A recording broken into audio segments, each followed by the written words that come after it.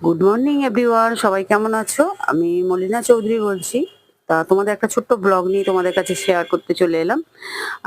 প্রথমে গুড মর্নিংয়ে যেটা ঠাকুর নমস্কার করা হয় সেটা করে আমি মোটামুটি কাজের মধ্যে লিপ্ত হয়ে যাচ্ছি। ফার্স্ট স্টার্টিং হচ্ছে আমি একটুখানি চা খেয়ে নিই। তা চাটা অন্তত ব্ল্যাক টি খাই যাতে ফ্রেশ থাকা যায়। ব্ল্যাক টি খেতে, খেতে একটু ব্যালকনির দিকে তাকাতে, তাকাতে তার মধ্যে চা হয়ে গেছে। এবার চাটা আমি একটুখানি বেশি করে খেতে পছন্দ করি বলে সেইজন্য আমি গ্লাসের মধ্যে নেওয়াটা মনে করি। গ্লাসে নিয়ে নিয়েছি যাতে অনেকটা চাই হয়। তারপর ভাবলাম যে ডাইনিং এ বসবো। কিন্তু ডাইনিং এ দেখলাম একা, একা বসার থেকে পাখার মধ্যে বসাটা বেটার। কিন্তু আমাদের এমন নয় যে এসি নেই। আমার কিন্তু এসির হাওয়াটা খুব একটা সহ্য হয় না। সেইজন্য আমি এসিটা খুব একটা প্রেফার করি না। খুব গরম না হলে আমি এসির মধ্যে থাকিও না।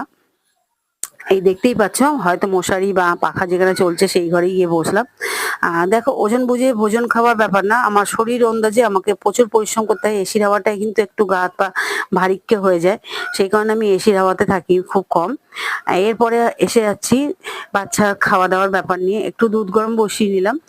যাতে বাচ্চা ঘুম থেকে উঠিয়ে তাকে একটু পড়তে বসাতে হবে। তা দুধ গরমটা করে দিয়ে তাকে একটু পড়তে বসানো হয়। মর্নিং এর মধ্যে কিন্তু এত কাজ টুকটুক করে নিচ্ছি। এবার বাচ্চা খেয়ে দেয়ে পড়তে বসে গেছে। আর পড়াশোনা কমপ্লিট করতে, করতেই আমি কিন্তু কিছুটা ঘরের কাজকর্ম যেমনি রান্নাবান্না, তোমাদের কাছে রান্নাবান্নাটা অতটা শেয়ার করলাম না। কারণ অনেকটা ভিডিও বড় হয়ে যাবে। দেখো, ব্যালকনি থেকে আমার কিন্তু বাড়ির সামনেটায় ট্রেন দেখা যায়। খুব ভালো লাগে, আমার বাড়ির সামনের ব্যালকনিটা থেকে সবকিছু দেখা যায়। আমার কিন্তু রান্নাঘরে ব্যালকনি বা বেডরুমে ব্যালকনি থেকেই সবকিছু দেখা যায় বলে সবাই খুব ভালোবাসে আমার ফ্ল্যাটে আসতে। এরপরে এসে যাচ্ছি পার্লারে। দেখো, পার্লারের মধ্যে কিন্তু টুকটাক কাজ নেয়। পুরো ব্যাপারটা আমি চেষ্টা করি নিজে হাতে কাজ করানো। দেখো, স্টাফ নেই তা না, স্টাফ আছে, কিন্তু আমি যতটা পারি চেষ্টা করি আমি নিজে হাতে কাজ করার।